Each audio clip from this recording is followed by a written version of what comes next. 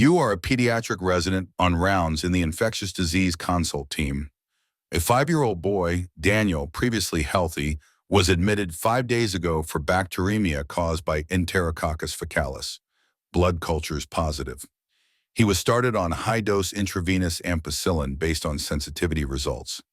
Today, despite high serum antibiotic levels, he still has fever, elevated inflammatory markers, and persistent positive blood cultures. Question 1. What are possible reasons for persistent bacteremia despite appropriate antibiotic therapy? A. Wrong antibiotic. B. Inadequate source control, e.g. undrained abscess. C. Drug resistance. D. Eagle effect. E. All of the above.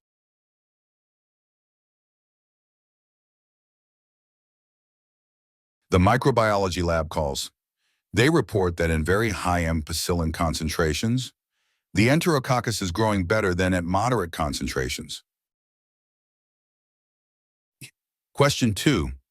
What phenomenon is being described? A. Antibiotic resistance development. B. Post-antibiotic effect. C. Eagle effect. D. Superinfection. The Eagle effect describes reduced bacterial killing at very high antibiotic concentrations. Originally described with Enterococcus faecalis and beta-lactam antibiotics like penicillin and ampicillin. Hypothesized reasons: reduced bacterial growth rate at very high concentrations, changes in penicillin-binding proteins, PBPs, formation of bacterial persisters. Clinical consequence: more is not always better. Sometimes lowering the dose, changing the antibiotic, or combining antibiotics helps. You switch Daniel to a combination therapy with ampicillin plus gentamicin, a synergistic combination for Enterococci. 3 days later, his fever resolves and his blood cultures finally become negative. Final question. When managing infections known for potential Eagle effect, like serious enterococcal infections, what are good practices? Choose all that apply. A. Avoid unnecessarily high beta-lactam concentrations. B. Consider combination therapy early, e.g. with aminoglycosides. C. Monitor drug levels if possible. D. Always escalate to a carbapenem. Answer: A, B, and C.